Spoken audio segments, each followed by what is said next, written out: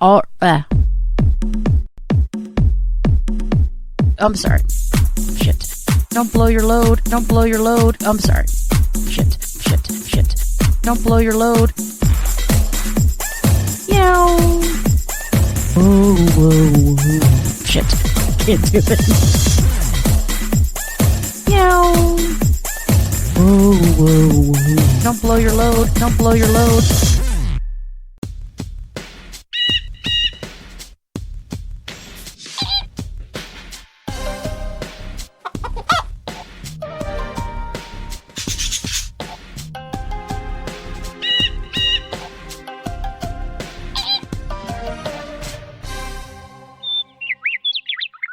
This is Winging It, the somewhat whimsical, certainly whirring, decidedly wonky, seldom weighty, endlessly well-intentioned, and wildly witty show about music, where one knows what's coming and the other doesn't, and it happens in between both propers to ensure you can spend, a lot of time with us. I normally say a fuckload, but I need to find another unit of measurement. We said fuck ton, fuck pile? Is fuck pile a thing? Shitload is too similar. Yeah, no. What about a fuck station? I'm going to say a fuck station. I don't know what that means, but I'm making it up.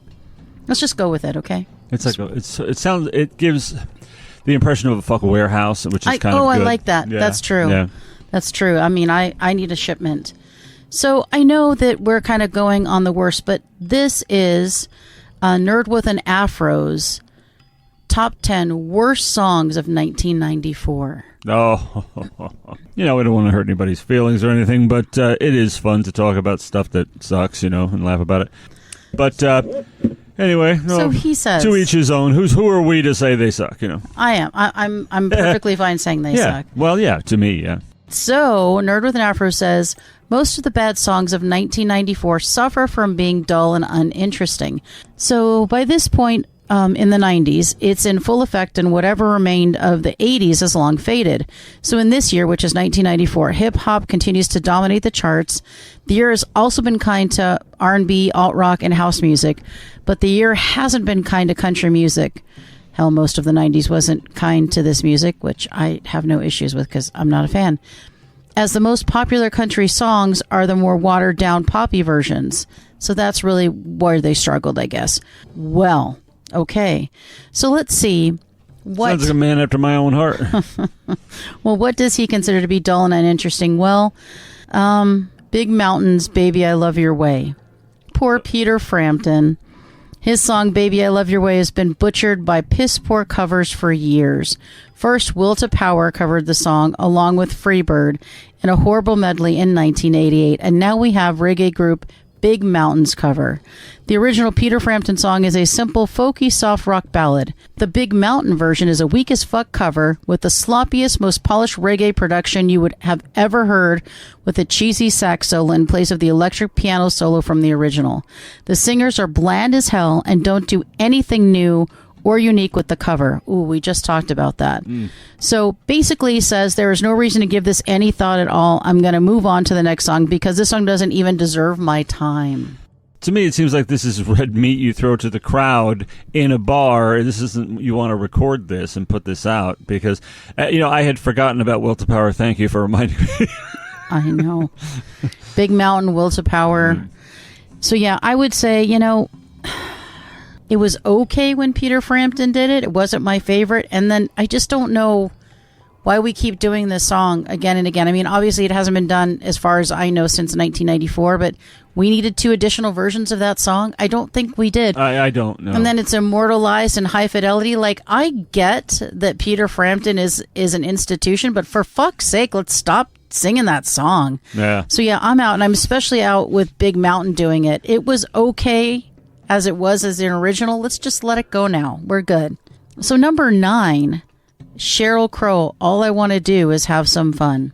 So basically he says it continuously bugged him as it starts with the first line, ain't no disco, this ain't no country club, this is L.A. Nobody was thinking that.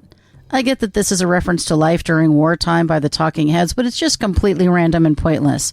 On to the rest of the song. The production is a mess. From the percussion to the inaudible twangy guitars, the content of writing leaves much to be desired. Basically, Sheryl Crow is a bar during noon drinking with some dude named William, and Willie likes to peel off labels from beer bottles and light up matches for no reason. This really is a no-story song. It's just a mundane occurrence, one mundane occurrence really after another, and I'm not even given a reason to give a shit. Well, I agree. I am long time not a Sheryl Crow fan. And the only song I do like by her is definitely not this one. It's, fuck, what is it? It can't be If It Makes You Happy. It is that song. Really? That's the one I like. I would think that was too screamy. She's obviously singing too high. She is, but I like the song. I like the sentiment. That's the only song I like, is If It Makes You Happy. It's weird. She gets away with that. I don't know why. She doesn't. Like the Bond song, Tomorrow Never Dies. Aye. She's out of her range, but it does kind of work, It strangely doesn't. enough. She's really yelling. But I don't anyway, like it. all I want to do is have some fun. I don't hate the song. It is super inconsequential, but it's kind of swinging, and I don't mind the the What? production and the twanging guitars. I think it's kind of cool. When was the last time you heard that shit? It's vapid. Oh, it hasn't been that long, actually. It's vapid, You've but been sitting around listening to Sheryl Crow? no, I mean, it plays in public. I occasionally go out of the cave, Yeah, when it comes on in public, I consider it offensive. This ain't no disco. Ain't no... This It's is one of those LA. call corporate kind of things. Yeah, I'm like, hi. I was subjected There's an to... audible assault that's happening as I'm going through your store, and just so you know, I'm exiting the building. So yeah, no, I'm not a Sheryl Crow fan. I don't get it. I don't understand it. I mean, I'm glad she had success, but I think this song sucks ass. I never got it. I still don't get it, so I'm with him. We don't give a shit. It's just like... I bet you there are scores worse, however, that he overlooked, but, I don't know. I mean, what happened? I thought you were kind of going Lester Bangs on me, so now you're getting all soft and, like, gooey about this shit? Well, there's happening? a lot worse in the 90s. That's not a terrible song, is all I'm saying, but there's a lot worse in the 90s. I'm sure we'll be hearing. Are you sure you don't want to listen to it for a second and see how shitty it is? No, we've gone that route. It was... Remember Gerardo? Yeah, I don't think we want to do that again. Yeah, but I feel like you're forgetting how shitty it is. No, I heard with the Rico Suave, it was many, many years. I heard All I Want to Do a couple of weeks ago, I think. All right, well, it's okay. Yeah, it's all right, I guess. So the next one, I mean, not for me, I'm out. But so that was number 9 on his list of most sucky. So she's on the most sucky list. So there's that. Number 8, General Public's "I'll Take You There." Another reggae cover song. It seems to be a thing in the 90s. It really was. Not I'll Take You There, the Staple Singers. Yeah. Oh, Lord in heaven. This time around, we have General Public with their cover of the Staple Singers' "I'll Take You There." The smooth funkiness of the original has been replaced by UB40-esque faux reggae that tries so hard to sound like the original song and fails. The production and the instrumentation is a clusterfuck of the worst aspects of either bad reggae music or what white people think reggae sounds like. Oh. It is so... Okay, we're going to listen. We're going to listen. We'll be back. Well, wow. We could not endure the whole thing, but you get the gist. So, and you hear why he was so harsh, because it is an abomination. It's so terrible. It's too terrible to even fathom. All of it. Even the little embellishments he does, that I feel like he hasn't earned the right to do. The little, what are you doing? Stop it. It's just contrived. It's taking the original gospel soul original, Thank you. churchy and original, and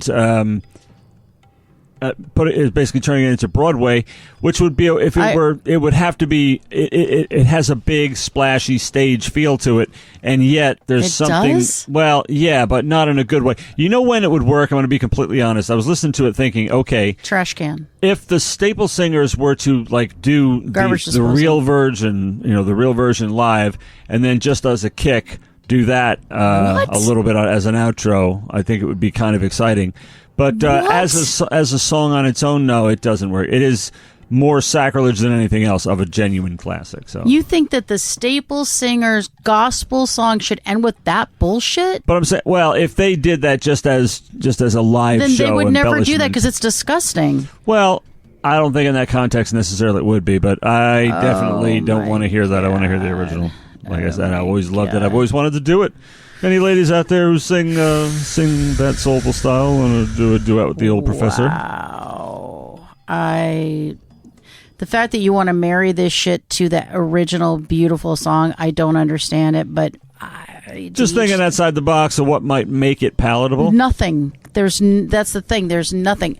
I agree with the nerd with the afro because there ain't no redeeming that shit. So this is interesting. This is an interesting one. I don't know. Hang on a second. I don't know that one. Oh, here we go. Here we go. Uh-oh. I'm guessing it's something even I might know, might have reached me in the tar pit because of the way she's smiling. You know it. So what do you get when you get a bunch of rock singers past their prime on one song together? Fuck yeah. You get All for Love, of course, made for the Three Musketeers soundtrack, which is weird, but then Robin Hood, Prince of Thieves had Everything I Do It For You. So it's not completely far-fetched. This song displays Bryan Adams, Sting, and Rod Stewart at their worst. All three are singing about empty promises on some of the most bland soft rock instrumentation they could find. Sting sticks out the most, mainly because both Rod Stewart and Bryan Adams have raspy voices, which makes it difficult for me to tell who's who when they're singing. You can tell these dudes are just phoning it in. They're just resting on their laurels. I'm still pondering why some movies always have unfitting songs for their soundtrack. Yeah, that was pretty blistering. No, I know. I remember thinking because I don't know the song, you know. Yeah, that's why we're going to listen really quick. Yeah. Well, it's all for love. I mean, all of it, babe. All of it for love. But it's also all for one. You know? It's all for one. All for one, all for love. I mean, it's all for one. Even though there's only two of us, it's all for one. You know. Yeah. Hey, you know, I before we started rolling again, I was telling Christina I really shouldn't say what I'm thinking. You should. And she said, "Yeah, you should. You should." And the audience, regular listeners, like, why are you hesitating? What the fuck? Do you ever actually hold back? You know? Yeah, no. But yeah, this it almost feels mean to say this, and it almost feels, I mean, for me to say this, I am admittedly the king of corn and cheese and sap and all that, and I hate to, I'm not one of those jaded, cynical dudes who thinks everything's, you know, corny. I still love, like, 1966 Batman and all that. I mean, I don't think stuff is corny. This song is corny, I'm sorry. It's so bad. It's so heavy-handed. It tries so hard. Well, the chorus is an absolute disaster. It's so heavy-handed. I mean, it's so heavy-handed. Its fists it's are made of... It's a lot. Its fist is like a ham. It really is. It's like... And the chorus, you're like, no, you didn't. You didn't really, did you? No. I mean, these three legends, you seem like one of them would be like, come on, we can't do this. We can do better than this. We right? really can. And I'm sorry, there's no... like the harmonizing's not. It's just. It feels like they're fighting each other. The whole. It's just a mess. I wasn't familiar with that one. Even for a movie theme, that's pretty outrageous.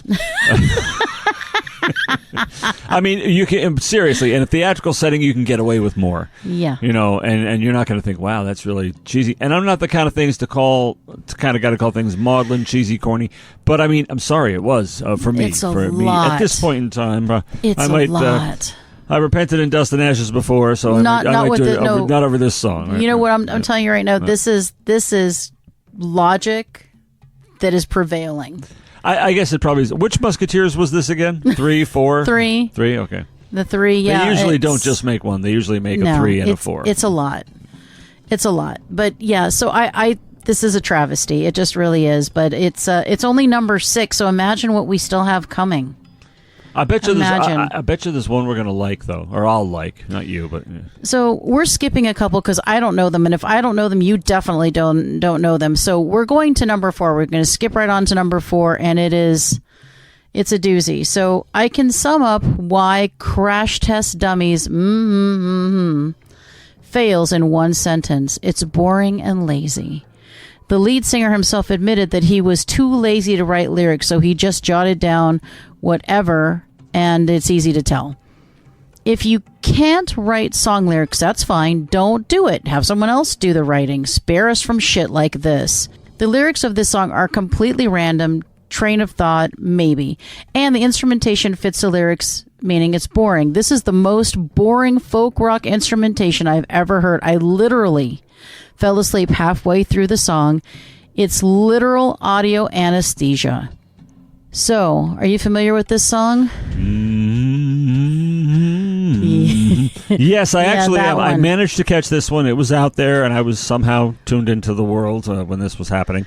And not to mention, I mean, it was satirized by Weird Al Yankovic. But I knew you were going to say that. Anyway, but it's not a musically, it's not terrible. It's just like What? Okay, we'll be right back. All right, so what did you think? Well, I'm sorry. This is another case where Al bettered the original song with his lyrics about Tanya Harding and everything else. It's actually a little bit wittier. I don't think this is supposed to be witty. Yeah, no, it's. It's actually witty. Unlike this song, which is witless. Really, seriously, It's one thing to have a like you said, stream of consciousness, nonsense lyric type thing. This is just annoying the way it says.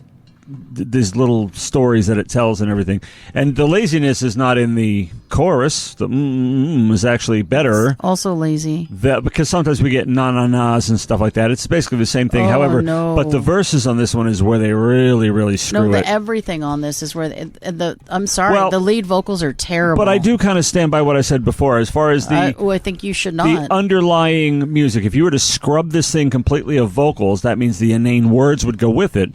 And something could be done with it, I think. The same as something else we heard earlier, but it's been so many bad songs tonight. But, I think it could be scrubbed of vocals. The music could be very good, but that's probably true of a lot of terrible songs. You know, it's interesting that you said, not just a quick diversion, then we'll come right back, just a momentary. I think it's interesting that you said, that nonsense lyrics are okay because, I wrote a song called In Summation, and I was like, it really was about a lot of nothing. I mean, it was a song about nothing, ended up being a great song. And I almost didn't even give it to Bruce because I thought, this is about fucking nothing. This is a person who's familiar with the works of John Anderson and Yes, and actually would ever think that thought. It doesn't matter if it's about nothing. But mostly my stuff is about something, okay. So I think it felt very strange, but I love it. I love it, but I remember thinking, this song's about nothing. And I actually introduced him like, this is a song about nothing. The funny thing is with songs about nothing, I have, I can't write abstract shit.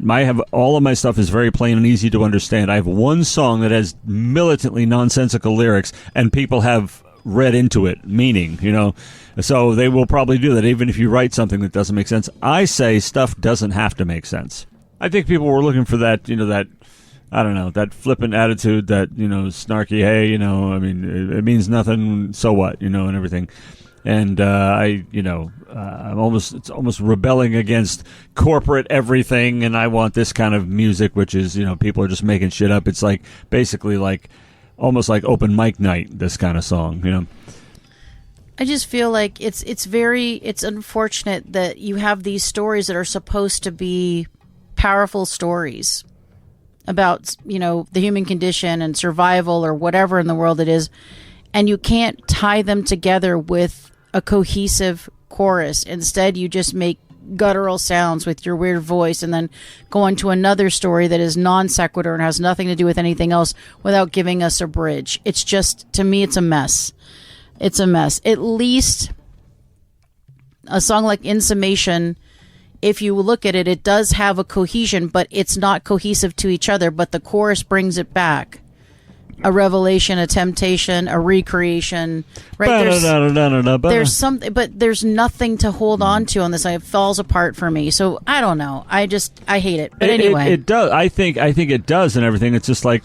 It's the randomness of it that's probably what draws people to it. It's just like, it might be, or drew people. I think people are not. It's very hard to picture because it is so vocally. It's so wordy to picture it without that. The music itself, I think, is a lot more salvageable than the lyric. So I don't disagree because I think the music's okay, but again, it's painful to have all that horrible vocal shit happen over it, so then it's over for me. But what about this? This is a much maligned person in music, first beloved and heralded, and then quite the fall from grace. Oh no. Have you ever just looked at a song title that made you want to choke the artist in question and yell at them about how much of an idiot they are? Well, that's the feeling I got when Michael Bolton's Said I Loved You But I Lied came out. Bolton is back doing what he does best, sucking and making himself unappealing at the same time. The content of the song can be summed up in the title. He told some woman that he loved her, but he lied about it. What a douchebag. So, agreed. Wow. This song sucks ass. And Michael Bolton was the shit, the sensitive ponytail man. We had the whole thing, the big lion mane situation. And like the Fabio of music, you know. And yeah, and I never got Michael Bolton. I don't understand the voice. I don't understand the appeal. This song is insane. I said I loved you, but I lied. I mean, I'm sorry. I got nothing for this. I don't understand how this was a hit, except that we needed some cheesy, meaningless, annoying, cloying ballads at the time, and people were like, "Oh my god, that's perfect." I was out. It's what it sounds like, and I don't know this one, and I'm sure we're going to hear it. But well, I'm just I don't know the song, and I'm sure we're going to hear it. But and I'm kind of intrigued by it, honestly, because songs like this, where I'm a dick, and I mean, it's hard to believe that you put this out there. It's one thing to see I was a dick. But I got my comeuppance. I redeemed myself. I redeemed myself, or I ran deserved. into Fooled Around and Fell in Love, Heart of Stone, songs like that. I was a dick. I was a douchebag. Even the Beatles, Getting Better. See, yeah, I really, for whatever reason, I think, why can't we have more of like the Bonnie Raitt songs? I can't make you love me if you don't. Like that, I get. Like it's unrequited. Like I can't make you love me. I wish I could, but I can't. I get that, but I'm just a dick to be a dick. I mean, I don't know. Hey, everybody's got a hungry heart. I left my wife and kids. What the fuck? Bye-bye. And I'm some chick I met once. And I told you. Oh, wow, that's bad. I mean, well, especially from a fairly wholesome guy, supposedly. Yeah. I mean, well, I always found his voice a little bit overwrought. Oh yeah. I mean, yeah, it's just too much. Yeah. So let's. How am I supposed to? Oh, for heaven's sakes, God, fuck that. Yeah, this one sounds like a trash. All right, well, let's take a quick listen and see what happens. All right, he said he loved her, but he lied. Wow. But not in the traditional sense, as you found out. So I didn't want to kind of take you off the scent you were going on. I thought it was interesting, but I wanted you to experience it firsthand. It appears the nerd with the afro might have missed the idea of the song, actually, because I'm reading the lyric and I'm like, oh, it's like, not only do I love you, but I say I don't love you because I love you more than can be fit into the word love, and so it's beyond love, and we need a new word for how much I feel about you, and I want to stay with you and be with you forever. So it's like the hyper super love song, and right. So the meaning of it now, as far as the message, he's not being a dick or anything like that at all. So, and you do get those songs occasionally. You do, but I would never have believed. I would have been very hard to believe that Michael Bolton would vaunt being a dick, and that be the point of the song. But in fact, it's not. So it's just one of those ha-ha misleading things. So the Psych Out title up aside, is the song that good? No, it's kind of fucking dull, honestly. Yeah, boring as fuck. So he was right about that. He may have been wrong about the sentiment, so absolutely. And you were wrong about the sentiment just at first blush, but if you actually listen to this song, then you see that it's supposed to be super sticky sweet over the top. But again, it just doesn't do anything. And his voice isn't bad, but it's just vanilla. Yeah, in my best attempt to perpetuate the idea that I actually know something, I did come up with a few examples of, so wouldn't be completely unprecedented if he were saying I was a dick. I mean, we have like Hungry Heart and, millions and a lot of shitty songs, but shitty behavior songs. But, I mean, me and Mrs. Jones, hello? Okay. But and a million others. But that's not at all what's happening here. It's actually super duper sweet. The only problem is it's pretty bland. Boring as fuck. If it had a really compelling melody, you could get away with being so draggy. But there's also just cheesy instrumentation and cheesy setup, and it's just a little too 90s slick corporate rock for me. This is soft rock. So we were talking. This is like contemporary. Adult contemporary. Damn it! That's exactly what I was going to say. Adult contemporary. Here comes the big. I sound smart by saying adult contemporary. Hey, and zoom, she zips in and gets it first. I said it first. Yeah. Yeah, but so you could tell I was just about to. No, I couldn't tell. No, adult contemporary. It was right on the tip of my tongue. No, it wasn't. I didn't hear shit. I'm like, as soon as she shuts her gob, I will. Fuck you! You shut your gob. You didn't speak up fast enough. I look smarter, so fuck it. I wanted to be a gentleman. That's what I get. Oh my I don't God. get. What are you talking about? I waited. What are we even? I waited my turn with Even talking adult about contemporary running the phrase adult contemporary running riot in my mind. Waiting for your gob. I don't think that's what it was. I don't think that. I think you want to claim that it came to your brain, but I think it was my brain that got there, and your brain wanted to piggyback off my brain. Well, I mean, seriously, but you got it first, and I mean, you've. I sound so smart. I mean, I'm not going to cut off somebody's gob, Yeah, you cut off my gob. You've done it. Just in this case, you decided not to. I don't think so. I don't think so. I said adult contemporary first because I'm smart as fuck. So, would you like to hear some dishonorable mentions that did not make the list? Oh yeah, but these are probably additional. much more deserving ones too. But let's see, we'll see. Much more that all these deserve it. Yeah. R. Kelly's Bump and Grind. Mm-hmm. Jung Cicada, If You Go. Richard Marx, Now and Forever. Bryan Adams, Please Forgive Me. Bryan Adams being brutalized. Yeah. Enigma, Return to Innocence. I actually like that one. DRS, Gangsta-Lean. Erasure, Always. And then Tevin Campbell, Can We Talk?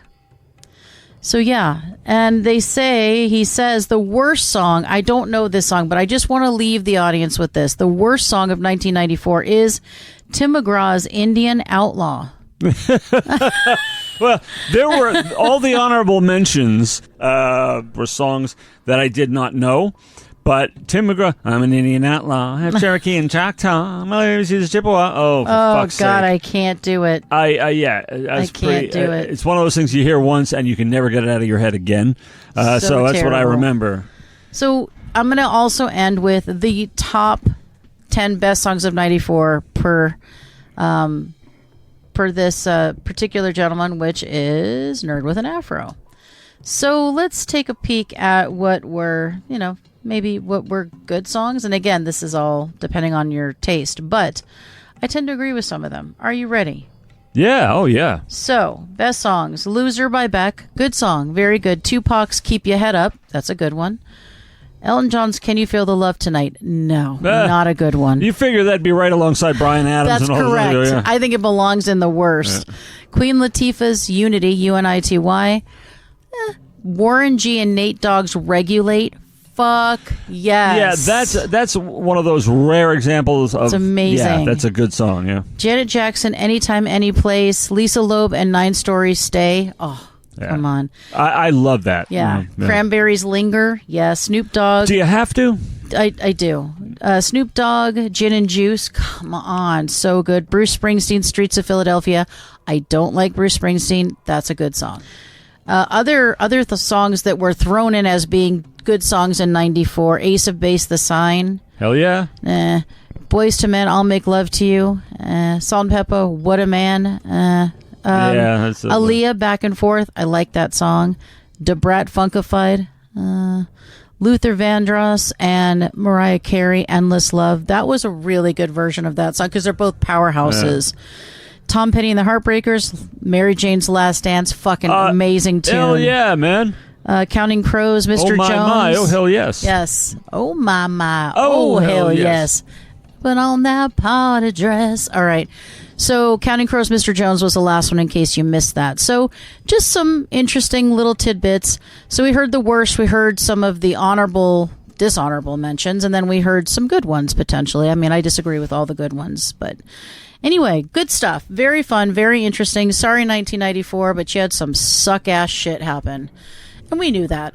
We knew that. Yeah. I mean, the pickings get pretty slim. They do. Once you hit the mid-90s, Yeah, it's getting a little brutal. It's not, I mean, there aren't good cuts. It's not that there aren't good cuts out there, but it's pretty slim. It's getting rough. It's getting rough to find. You're having to, you machete all the shit out of your way. With the rise of absolutely inferior, R&B and, that whole hip hop and country and all that shit, it really starts to go downhill fast around there. And I like everything except country. I like hip hop and all that, but it just was a rough time. Yeah. It was a rough time. All right. Well, now that we've talked that into oblivion, I believe. Now, what is that thing that you say when we are heading out? Let's fly this coop.